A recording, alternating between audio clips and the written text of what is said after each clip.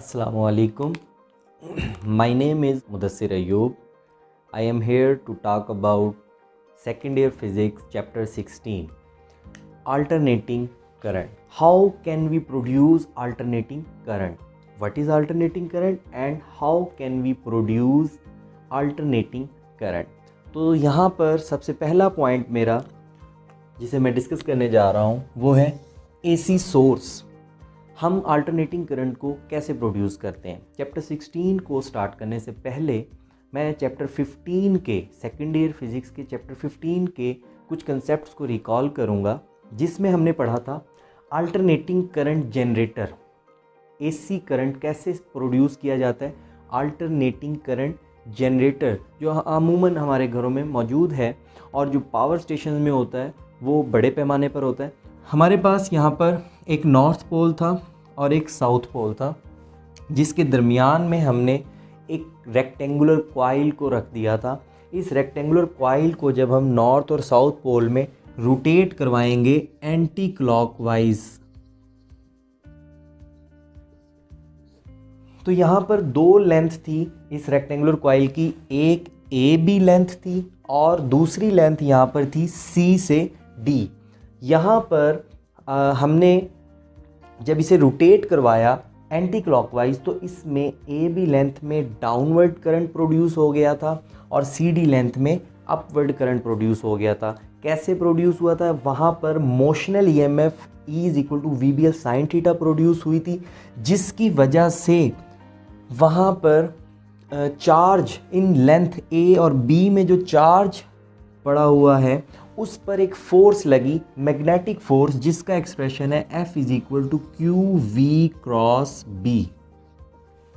V cross B, right hand rule के मुताबिक जब हम V क्रॉस बी को कैलकुलेट करते हैं तो हमें यहाँ पर मोशन पता लग जाएगी कि चार्ज ए बी लेंथ में डाउनवर्ड मूव करेगा या अपवर्ड। हम इस कॉइल को एंटी क्लॉकवाइज रोटेट करवा रहे हैं, जिसकी वजह से इसका वेलोसिटी वेक्टर उस डायरेक्शन में है और यहाँ पर जो मैग्नेटिक फील्ड बी जा रहा है वो नॉर्थ से साउथ की तरफ जा रहा है।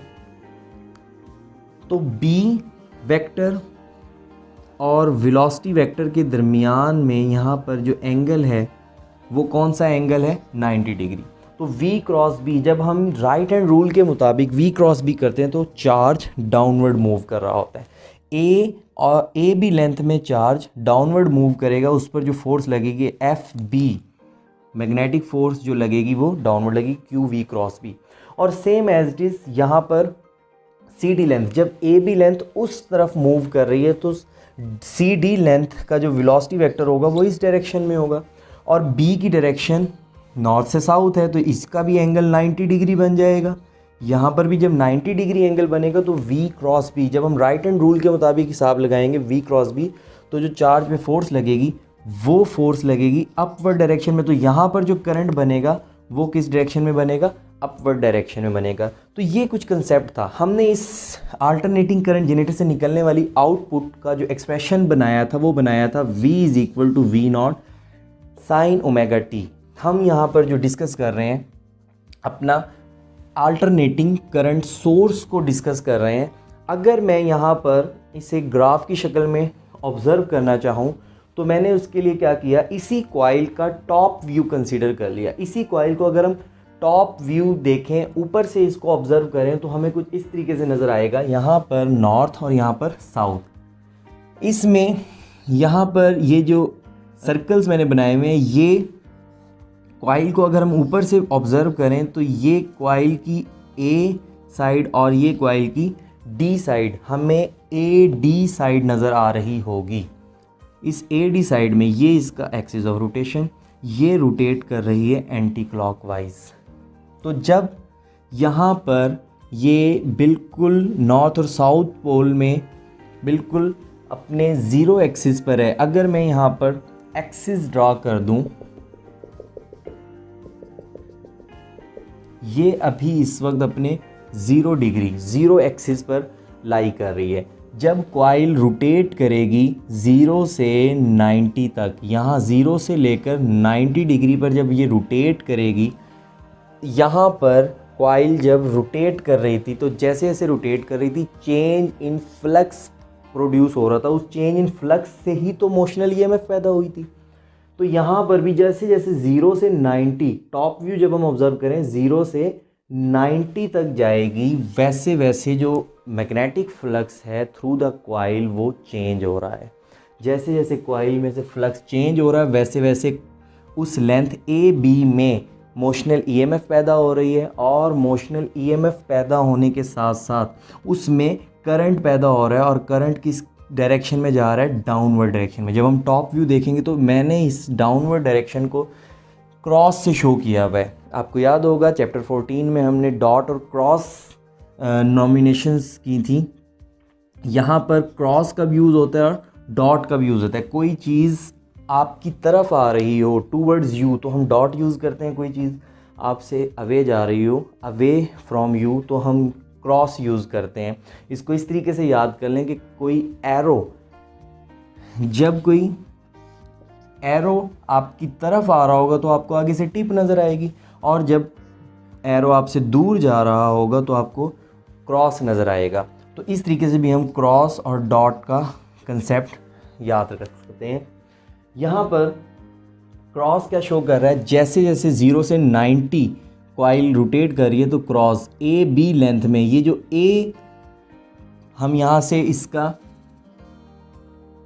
ए बी लेंथ को टॉप व्यू से जब देखेंगे तो ए लेंथ में करंट इनवर्ड जा रहा है। यहाँ पर भी क्रॉस, यहाँ पर भी क्रॉस। 0 से 90 जो ए बी में करंट की डायरेक्शन है वो इनवर्ड है। फिर कॉइल जो है वो मज़ीद रोटेट करती है। जब मज़ीद रोटेट कर रही होगी तो 90 से अपना एंगल 180 डिग्री कंप्लीट करेगी। जो फ्लक्स इंक्रीज़ हो रहा था अब वो फ्लक्स, चेंज इन फ्लक्स, जो यहाँ पर फ्लक्स जब रोटेट हो रही थी तो इंक्रीज़ कर रहा था अब डिक्रीज़ कर रहा होगा। कॉइल में से गुजरने वाला जब फ्लक्स डिक्रीज़ कर रहा होगा उस वक्त जो मोशनल ईएमएफ है वो भी डिक्रीज़ होना शुरू हो जाएगी और उससे बनने वाला करंट भी डिक्रीज़ होना शुरू हो जाएगा। और यहाँ पर करंट बिल्कुल ज़ीरो। ये कॉइल दोबारा अपने 180 एक्सिस अपनी हाफ रोटेशन कंप्लीट कर चुकी है। अगर इसको मैं यहाँ ग्राफ में देखूँ तो कॉइल रोटेट कर रही थी 0 से 90, तो उस वक्त ग्राफ में जो वोल्टेज मिल रही थी हमें इस जनरेटर से, जो आउटपुट मिल रही थी उसका ग्राफ, उस वोल्टेज का ग्राफ, तो वो 0 से अपनी मैक्सिमम वैल्यू तक अप्रोच कर रहा था और वो 90 एंगल पर मैक्सिमम वैल्यू अप्रोच कर चुका था। यहाँ पर हम इंस्टेंटेनियस वैल्यूज़ को डिक्लेयर कर सकते हैं। ये इंस्टेंटेनियस वैल्यू यहाँ पर और फिर जब ये 90 एंगल पर आया तो अपनी मैक्सिमम। उसके बाद फ्लक्स जो है वो डिक्रीज़ कर रहा है 90 से 180, और यहाँ से ये जो मोशनल ईएमएफ है, वोल्टेज जो है उसकी वैल्यू भी क्या कर रही है? डिक्रीज़ कर रही है। इस वाले से अगर मैं मेंशन करता हूँ तो यहाँ तक, इस वाले से मेंशन करता हूँ तो यहाँ तक, ये इंस्टेंटेनियस वैल्यूज़ है। और फिर ये ज़ीरो को अप्रोच कर जाता है। फिर ये किसको अप्रोच कर जाता है? ज़ीरो को अप्रोच कर जाता है। उसके बाद कॉइल 180 से 270, कॉइल 180 से 270 डिग्री तक रोटेट करती है, मज़ीद रोटेट करती है। अब फ्लक्स जो है, चेंज इन फ्लक्स दोबारा इंक्रीज़ करना शुरू कर देता है। जो कॉइल में फ्लक्स है, मैग्नेटिक फील्ड लाइंस हैं, वो जो है वो चेंज होना शुरू हो जाती हैं और इंक्रीज़ होना शुरू हो जाती हैं। आपको याद रहे मोशनल ईएमएफ किस वजह से पैदा होती है? Change in magnetic field, not constant magnetic field, change in magnetic field. So we have to remain the changing magnetic field. तो यहाँ पर ये 180 से 270 के दौरान मैग्नेटिक फील्ड दोबारा इंक्रीज़ कर रहा है और करंट इस ए वाली लेंथ में, ये ए रोटेट करके यहाँ आ गया, फिर ये ए बी लेंथ रोटेट करके यहाँ आ जाएगी और फिर ये इससे आगे मूव करेगी। अब ये वाली जो ए लेंथ है पहले ई पोजीशन पे थी, फिर एफ पे, फिर जी पे, फिर एच पे, फिर आई पे और फिर उससे आगे जे पे आ जाएगी। अब जे पोजीशन में इसमें जो करंट है उसकी डायरेक्शन क्या है वो बदल जाएगी। अब ए बी लेंथ रोटेट करके किस तरफ आ गई? इस साइड पे, जहाँ पर पहले सी डी था अब वहाँ पर ए बी रोटेट करके आ जाएगी। उस सूरत हाल में जो ए बी लेंथ है उसमें करंट अपवर्ड आना शुरू हो जाएगा, उसमें करंट अपवर्ड आना शुरू हो जाएगा। जैसे कि जब सी डी लेंथ इस साइड पे थी तो सी डी में अपवर्ड था, ए बी में डाउनवर्ड था। अब ए बी इस तरफ आ जाएगी, एक हाफ रोटेशन के बाद ये रोटेट करके ऐसे मूव हो जाएगी, और ए बी इस तरफ, सी डी उस तरफ। तो ए बी में करंट जो है वो अपवर्ड आना शुरू हो जाएगा और सी डी में जो करंट है वो डाउनवर्ड आना शुरू हो जाएगा। यहाँ पर ए लेंथ को हम लेकर चल रहे हैं, ये ए लेंथ यहाँ से रोटेट करती हुई पहुँच गई इधर और इससे आगे रोटेट करिए। अब इस ए में जो करंट है वो आउटवर्ड जा रहा है। यहाँ पर ग्राफ में हमने उसे किस तरीके से शो किया, यहाँ पर उसने डायरेक्शन अपनी रिवर्स कर ली। ए बी में पहले करंट डाउनवर्ड था, अब करंट अपवर्ड है। यह डॉट क्या शो कर रहा है, अपवर्ड शो कर रहा है करंट को। यहाँ पर ये इस तीसरे पोर्शन में यहाँ पर ये अपनी डायरेक्शन को रिवर्स कर लेता है और नेगेटिव डायरेक्शन में, ऑपोजिट डायरेक्शन में अपनी वैल्यू को मैक्सिमम कर रहा होता है। वोल्टेज इंक्रीज़ कर रही है, 180 से 270 वोल्टेज इंक्रीज़ करी और करंट भी इंक्रीज़ करेगा और नेगेटिव वैल्यू में इंक्रीज़ करेगा ऑपोजिट डायरेक्शन में। उसके बाद 270 से ये अप्रोच कर रहा है अपने 360 डिग्री को। 360 डिग्री में ये यहाँ से अपनी वैल्यू दोबारा ज़ीरो को अप्रोच कर रहा है। ये मैक्सिमम पीक तक गया था, उसके बाद अपनी वैल्यू दोबारा ज़ीरो को अप्रोच कर रहा है। इस तरीके से ये एक कंप्लीट साइकिल हो रहा होता है। हम कॉइल की एक कंप्लीट रोटेशन और यहाँ पर जो ग्राफ बना हुआ है उसको एक साथ यहाँ पर ऑब्ज़र्व कर रहे थे। जब कॉइल एक कंप्लीट रोटेशन शो करती है तो अल्टरनेटिंग वोल्टेज, इस पर मैंने जो बनाया हुआ है, ये क्या बनाया हुआ है, वोल्टेज। ये वोल्टेज की प्लस वैल्यू, ये वोल्टेज की माइनस वैल्यू। तो अल्टरनेटिंग वोल्टेज अपनी पॉजिटिव पीक और नेगेटिव पीक दिखा रहा होता है। यहाँ पर ये हाईएस्ट वैल्यू और यहाँ पर ये नेगेटिव हाईएस्ट वैल्यू और इसके दरमियान में इंस्टेंटेनियस वैल्यू। तो जब एक कॉइल अपनी कंप्लीट रोटेशन शो करती है तो अल्टरनेटिंग वोल्टेज भी अपना एक कंप्लीट साइकिल शो कर रहा होता है। ये जो हमने इससे निकलने वाले एक्सप्रेशंस बनाए थे अल्टरनेटिंग करंट जनरेटर से, वो क्या थे, V = V0 sin omega T. और अगर उससे बनने वाला करंट वो क्या था, I = I0 sin omega T. यहाँ पर ये साइनोसॉइडल वेव बना रहे हैं, साइनोसॉइडल बिहेवियर शो कर रहे हैं। तो उसके लिए ये एक्सप्रेशन हमने निकाला था। ये expression sign omega T exist कर रहा है। इस एक्सप्रेशन में ये क्या बता रहा है कि ये साइनोसॉइडल वेव है। अब बात करते हैं, ये हमारा एसी सोर्स हो गया। ये वोल्टेज जैसे जैसे ये इंक्रीज़ करेगी, डिक्रीज़ करेगी, फिर नेगेटिव साइड पे इंक्रीज़ करेगी और फिर ये ज़ीरो को अप्रोच करेगी। वैसे वैसे ही अल्टरनेटिंग करंट का बिहेवियर शो हो रहा होगा। जैसे जैसे वोल्टेज बन रही है वैसे वैसे करंट बन रहा है, जैसे जैसे वोल्टेज कम हो रही है वैसे वैसे करंट कम हो रहा। अल्टरनेटिंग करंट को डिफाइन करते हैं। What is alternating current? AC क्या होता है? A current which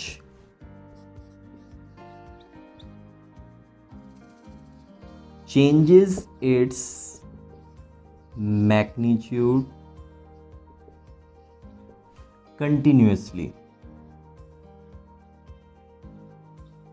magnitude continuously change कर ले और changes its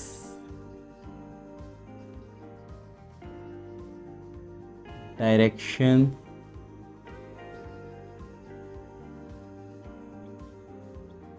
पीरियोडिकली, और जो अपनी डायरेक्शन है वो चेंज कर ले पीरियोडिकली। अभी हमने ऑब्जर्व किया इसमें कि ये अपनी जो मैग्नीट्यूड है वो कंटिन्यूसली चेंज कर रहा है। पहले मैग्नीट्यूड ज़ीरो थी, ज़ीरो से बढ़ती बढ़ती हर पॉइंट पर बढ़ रही है और फिर मैक्सिमम वैल्यू को अप्रोच कर रही है V0 और I0 को। तो a current which changes its magnitude continuously and changes its direction periodically is called alternating current. इस करंट को हम क्या बोलते हैं? Alternating current. अब बात कर लेते हैं साइकिल क्या होता है, टाइम पीरियड क्या होता है, फ्रीक्वेंसी क्या होती है। साइकिल ये जो एक कंप्लीट वैल्यूज़ शो कर रहा है, एसी वोल्टेज या एसी करंट अपनी तमाम वैल्यूज़ को शो कर रहा है एक कंप्लीट साइकिल में। इसको हम डिफाइन कर सकते हैं, what is cycle, a set of complete positive and negative values of AC. Alternating current की तमाम पॉजिटिव और नेगेटिव वैल्यू का सेट। एक कंप्लीट साइकिल में ये जितनी पॉजिटिव वैल्यू शो कर रहा है 0 से ऊपर, उतनी ही नेगेटिव वैल्यू शो कर रहा है 0 से नीचे। तो इस कंप्लीट सेट को हम क्या बोल देते हैं, cycle of N AC, alternating current का साइकिल। इसके बाद डेफिनेशन आ जाती है टाइम पीरियड की। What is time period. अब टाइम पीरियड को आप जिस मर्जी अंदाज से एक्सप्लेन कर लें। टाइम पीरियड, अगर हम कॉइल की एक राउंड ट्रिप की बात करें तो उसमें जितना टाइम लगेगा उसको हम टाइम पीरियड बोल सकते हैं, या हम यहाँ पर एसी वोल्टेज के एक कंप्लीट साइकिल होने का जो टाइम है उसको टाइम पीरियड बोल सकते हैं। किसी भी तरीके से हम इसको डिफाइन कर सकते हैं। हम बोल देते हैं the time taken by the alternating voltage या alternating current to complete its one cycle. अपना एक साइकिल कंप्लीट करने के लिए, यानी कि 0 से मैक्सिमम, मैक्सिमम से फिर 0, 0 से फिर मैक्सिमम, ऑपोजिट डायरेक्शन में मैक्सिमम और फिर दोबारा 0 को अप्रोच। ये एक कंप्लीट 0 से 2 पाई फेज एंगल अपना कंप्लीट कर ले, उसको जितना टाइम लगेगा उसको हम बोल रहे हैं the time taken by the alternating voltage और alternating current to complete its one cycle is called time period. आप इसको इस तरीके से भी एक्सप्लेन कर सकते हैं, वो time, the time in which alternating voltage changes its direction once. एक कंप्लीट साइकिल में एक मरतबा ये अपनी डायरेक्शन को रिवर्स कर लेती है। अल्टरनेटिंग वोल्टेज या करंट अपनी एक कंप्लीट साइकिल में एक मरतबा डायरेक्शन रिवर्स करती है, उसको हम इस तरीके से भी बोल सकते हैं the time in which alternating voltage और current changes its direction once is called time period. उसके बाद आ जाता है फ्रीक्वेंसी।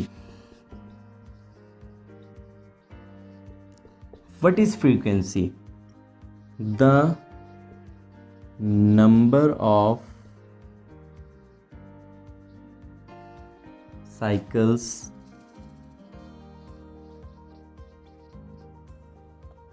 completed in 1 second।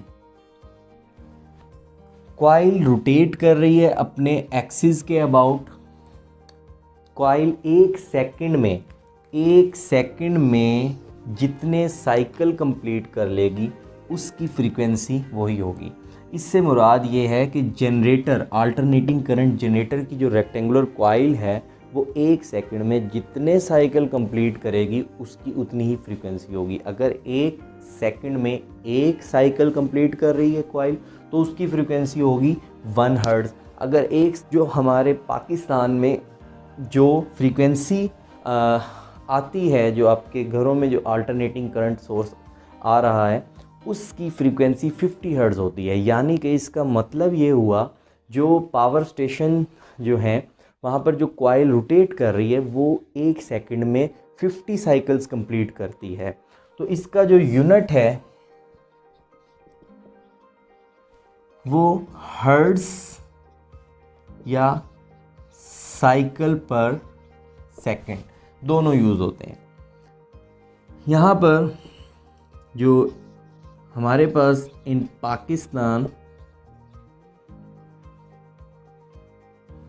जो फ्रीक्वेंसी की वैल्यू है वो है 50 हर्ट्ज़ या 60 hertz. This is the frequency of AC source, this is the frequency of AC source. इसके बाद हम डिस्कस कर लेते हैं flow of AC। Flow of AC अभी हमने यहाँ पे ऑब्जर्व किया कि एक कंप्लीट साइकिल में एक मरतबा अपनी डायरेक्शन को रिवर्स कर रहा होता है। हम यहाँ पे एक सर्किट कंसीडर करते हैं जिसमें हम एक AC सोर्स लगाते हैं। AC सोर्स का सिंबल याद रखें, वो कुछ इस तरीके से होता है। ये हम इसका सिंबल यूज़ करते हैं AC सोर्स का। अगर मैं किसी सर्किट में AC सोर्स लगा दूँ, यहाँ पर कोई रेजिस्टेंस लगी हुई है, तो पॉजिटिव हाफ साइकिल में हमने देखा इसकी पोलैरिटी क्या होती है, कुछ और होती है। AB लेंथ में करंट डाउनवर्ड जा रहा था, इनवर्ड जा रहा था, और हाफ साइकिल के बाद करंट आउटवर्ड जा रहा है, तो इट्स मीन इसकी पोलैरिटी हाफ साइकिल के बाद चेंज होती है। इसकी पोलैरिटी हाफ साइकिल के बाद जब चेंज होगी, पहले करंट इस तरीके से मूव कर रहा था, तो यहाँ पर ये जो टाइम पीरियड है ये है 0 से लेकर T/2। यहाँ पर हम टाइम पीरियड को अगर एक्सप्लेन करें 0 से T/2, ये यहाँ से लेकर 0 से लेकर T/2 टाइम पीरियड तक हम टाइम को 4 हिस्सों में डिवाइड कर सकते हैं। ये for example time period, total time period T है। हम जिस तरीके से हमने रोटेशन शो की है उसी तरीके से हम यहाँ पर टाइम को डिवाइड कर सकते हैं। 0 से 90 डिग्री, 90 से 180 डिग्री, और 180 से 270 डिग्री, 360 डिग्री। जैसे जैसे कॉइल ने रोटेशन की वैसे वैसे टाइम भी गुजरता रहा। तो टाइम पीरियड, ये उसका पहला चौथा हिस्सा, ये उसका दूसरा चौथा हिस्सा, ये उसका तीसरा चौथा हिस्सा, ये उसका चौथा जो उसका पार्ट था टाइम पीरियड का। तो पहले 0 से T/4 में, 0 से T/4 में ये वाला टाइम उसमें इंक्रीज़ कर रही है वोल्टेज, और अगले टाइम पीरियड में दूसरा चौथा हिस्सा यानी कि 2T/4 वो किसके इक्वल हो जाएगा, T/2। दूसरे चौथे हिस्से में वही वोल्टेज क्या कर रही होती है, डिक्रीज़ कर रही होती है। यहाँ पर 0 से T/2 यानी कि पहले हाफ साइकिल में, ये कौन सा है, पॉजिटिव हाफ साइकिल। इस पॉजिटिव हाफ साइकिल में ये जो करंट की डायरेक्शन है ये क्या होगी, क्लॉकवाइज। और उसके बाद जब यहाँ पर पोलैरिटी चेंज हो जाएगी, जब पोलैरिटी चेंज होगी ये पॉजिटिव हो जाएगा और ये नेगेटिव। अब करंट की डायरेक्शन भी जो है अगले हाफ साइकिल में यहाँ से T/2 से लेकर T/2 से लेकर T टाइम पीरियड में, T/2 से लेकर T टाइम पीरियड में यहाँ पर जो पोलैरिटी है वो चेंज हो जाएगी, माइनस और ये प्लस। अब इसमें जो करंट की डायरेक्शन है वो कुछ इस तरीके से होगी। ये कौन सी डायरेक्शन है, ये एंटी क्लॉकवाइज। ये कौन सी डायरेक्शन बन जाएगी, एंटी क्लॉकवाइज। तो हाफ साइकिल में क्लॉकवाइज डायरेक्शन में फ़्लो कर रहा होता है और नेगेटिव हाफ साइकिल में एंटी क्लॉकवाइज डायरेक्शन में फ़्लो कर रहा होता है करंट। इसलिए हम इसको बोलते हैं अल्टरनेटिंग करंट। ये अपनी पोलैरिटी को बार बार चेंज कर रहा होता है। इसकी जो फ्रीक्वेंसी होती है वो 50 हर्ट्ज़ अभी जो हमने डिस्कस की। तो ये एक सेकंड में 50 मरतबा अपनी डायरेक्शन को रिवर्स कर रहा होता है। अगर डिफरेंस देखें AC और DC का, तो डायरेक्ट करंट कौन सा होता है, वो करंट जो यूनी डायरेक्शनल होता है। हम बैटरी से हासिल किए गए करंट को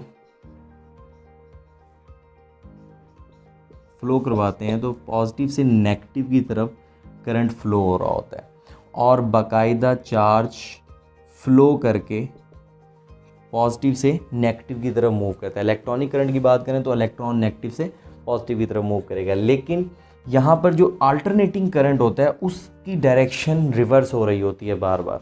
अल्टरनेटिंग करंट में याद रहे चार्ज मूव नहीं करता बल्कि अपनी ही जगह ऑस्किलेट कर रहा होता है, अपनी ही जगह ऑस्किलेट कर रहा होता है। मान लो यहाँ पर कोई चार्ज था पहले हाफ साइकिल में, जब टाइम पीरियड 0 से T/2 था, 0 से T/2 चार्ज की पोलैरिटी ये वाली पॉजिटिव थी, ये नेगेटिव थी, ये इसको इधर मूव करने के लिए मजबूर कर रही थी। उसके बाद जब ये चार्ज इधर मूव करना चाह रहा था, ऊपर से पोलैरिटी, सोर्स की पोलैरिटी चेंज हुई, टाइम पीरियड कौन सा बन गया, t/2 से t, उस वक्त पोलैरिटी क्या हो गई, यहाँ माइनस यहाँ प्लस। अब ये चार्ज इस तरफ मूव करना चाह रहा है, यहाँ से इस तरफ मूव हो जाएगा, तो ये अपनी ही जगह ऑस्किलेट कर रहा है। तो चार्ज अल्टरनेटिंग सर्किट में चार्ज मूव नहीं करते बल्कि अपनी ही जगह ऑस्किलेट करते हैं। पॉजिटिव हाफ साइकिल में एक डायरेक्शन में और नेगेटिव हाफ साइकिल में उस के ऑपोजिट डायरेक्शन में ऑस्किलेट कर रहे होते हैं। बिल्कुल वैसे ही जैसे कि हम बात कर लें पेंडुलम की, ऐसे ऐसे, और फिर ये इस तरफ मूव कर पड़ेंगे और फिर वापस, ये जिस तरह ऑस्किलेशन हो रही होती है इस तरीके से ये मूव कर रहे होते हैं। इंस्टेंटेनियस वैल्यू क्या होता है,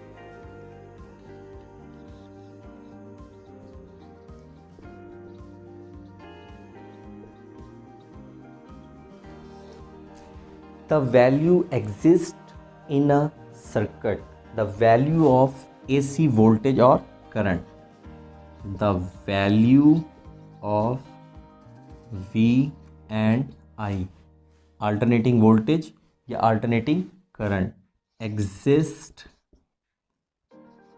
in a circuit at any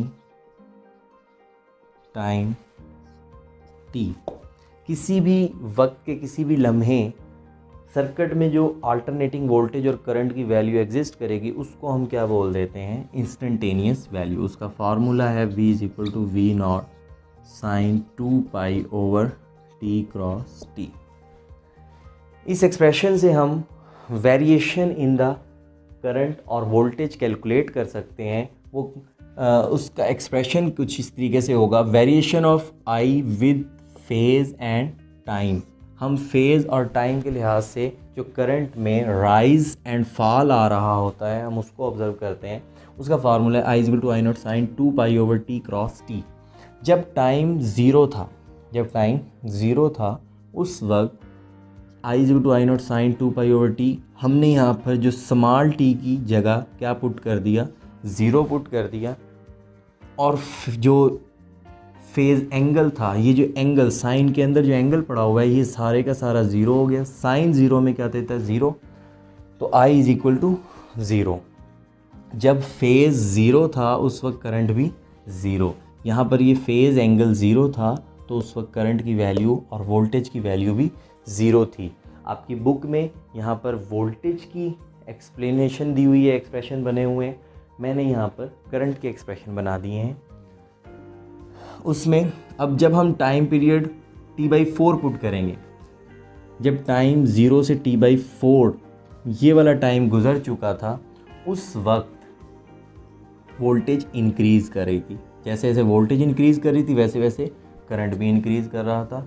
जब करंट इंक्रीज़ कर रहा था तो टाइम पीरियड t को हमने यहाँ पर पुट किया, तो करंट की वैल्यू क्या आएगी, I = I0 sin 2π/t। हमने यहाँ पर स्मॉल t की जगह t/4 पुट किया, t से क्रॉस हो गया, 2 से एक्सप्रेशन बचा π/2, I0 sin π/2, I0 × 1 sin π/2 हमें क्या देता है, 1 देता है। I = I0, यहाँ पर करंट की वैल्यू मैक्सिमम हो जाएगी। At t = 2, t/4 = t/2। जब हम यहाँ पर t/2 टाइम पीरियड पुट करेंगे, जब स्मॉल t की जगह मैंने पुट कर दिया t/2, उस वक्त t से क्रॉस हो जाएगा 2 से, तो एक्सप्रेशन बनेगा I = I0 sin π। sin π हमें ज़ीरो वैल्यू देता है, ज़ीरो ये एक्सप्रेशन को ज़ीरो बना देगा और I हमारे पास क्या आ जाएगा, ज़ीरो। इसी तमाम चीज़ों को हम अगर ग्राफ में देखें, जब टाइम ज़ीरो था, फेज़ ज़ीरो था और करंट की वैल्यू भी ज़ीरो थी। जब टाइम 0 से t/4 हुआ, फेज़ 0 से π/2 हो गया और करंट की वैल्यू 0 से इंक्रीज़ होके मैक्सिमम I0 हो गई, यहाँ पर I0 वैल्यू हो गई। उसके बाद जब टाइम t/4 से 2t/4 यानी कि आधा हो गया, हाफ साइकिल कंप्लीट हो गया, तो उस वक्त फेज़ हो गया पाई और वो करंट या वोल्टेज की वैल्यू घटकर कहाँ पहुँच जाएगी, 0 पर। फिर हम यहाँ पर टाइम का अगला इंटरवल पुट कर देते हैं, तीसरा चौथा हिस्सा टाइम पीरियड का। जब टाइम पुट करते हैं 3t/4, जब 3t/4 पुट करेंगे उस वक्त यहाँ पर मैंने स्मॉल t की जगह 3t/4 पुट किया, t से कैंसिल हो गया, 2 से कैंसिल हो गया, एक्सप्रेशन बचा sin 3π/2, ये फेज़ एंगल बन गया। अब sin 3π/2 यानी कि 270 डिग्री। उस वक्त जो एक्सप्रेशन बनेगा वो क्या आएगा हमारे पास, -1 और ये -I0। अब करंट नेगेटिव साइड पर, करंट या वोल्टेज नेगेटिव डायरेक्शन में, ऑपोजिट डायरेक्शन में मैक्सिमम तक जाएगा, लेकिन साथ उसके माइनस एग्जिस्ट कर रहा है। वो क्या माइनस क्या शो कर रहा है, ऑपोजिट डायरेक्शन, इन रिवर्स डायरेक्शन में वो मैक्सिमम जा रहा है। मैग्नीट्यूड I0 क्या है, मैग्नीट्यूड, मैग्नीट्यूड कभी भी नेगेटिव नहीं होती, नेगेटिव साइन सिर्फ यहाँ पर डायरेक्शन को शो कर रहा है। उसके बाद जब हम टाइम को पुट करेंगे 4t/4 यानी कि चौथा हिस्सा, t is equal to 4t/4 into T, वो इज इक्वल टू ये एक्सप्रेशन बन जाएगा t। जब हम t पुट करेंगे t से कैंसिल हो जाएगा 2π, ये फेज़ एंगल बन गया। यहाँ पर जो फेज़ एंगल बना ये 2π, और इसके साथ ही ये 2π ये हमें देता है 0 और करंट की वैल्यू 0। जब फेज़ एंगल 2π होगा, टाइम t कंप्लीट हो जाएगा, उस वक्त करंट जो है अपनी वैल्यू 0 को अप्रोच कर रहा होगा, वोल्टेज या करंट अपनी 0 वैल्यू को अप्रोच कर रहा होगा। तो ये था variation of I with phase and time.